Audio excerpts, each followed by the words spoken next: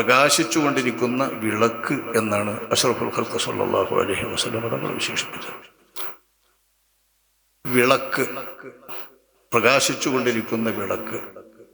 പ്രകാശിച്ചുകൊണ്ടിരിക്കുന്ന പ്രകാശത്തിൻ്റെ ഏറ്റവും വലിയ നെരിപ്പോട് സൂര്യനാണ്.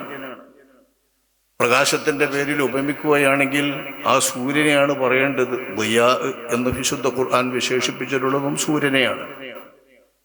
പക്ഷേ മുത്തു മുസ്തഫ സ്വല്ലല്ലാഹു അലൈഹി വസല്ലമ തങ്ങളെ അല്ലാഹു സുബ്ഹാനഹു വ തആല വിശേഷിപ്പിക്കുന്നത്, അതിന് അല്ലാഹു തആല ഉപമീകരിച്ചത് നമ്മൾ ഉപയോഗിക്കുന്ന സിറാജ് എന്നാണ്. അതായത് എണ്ണ കത്തിച്ചിട്ട് തിരി വെച്ചിട്ട് കത്തിക്കുന്ന വിളക്ക്. ഈ വിളക്കിൻ്റെ വെളിച്ചത്തിന് എന്താണ് പ്രത്യേകത? 100,000 കോടി വിളക്കുകൾ അതിൽ നിന്ന് കത്തിച്ചാലും ഈ വിളക്ക് ജ്വലിച്ചു തന്നെ നിൽക്കും. അതിൻ്റെ വെളിച്ചം വിട്ടുപോകില്ല.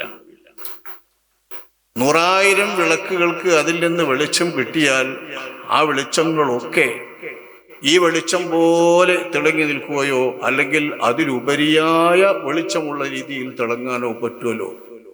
സിറാജ്. ഇതാണ് അഷ്റഫുൽ ഖൽഖ് സ്വല്ലല്ലാഹു അലൈഹി വസല്ലമ തങ്ങളെ വിശേഷിപ്പിക്കുന്ന ഈ സിറാജ് എന്ന ഉപമീകരണത്തിൻ്റെ പ്രത്യേക കാര്യം.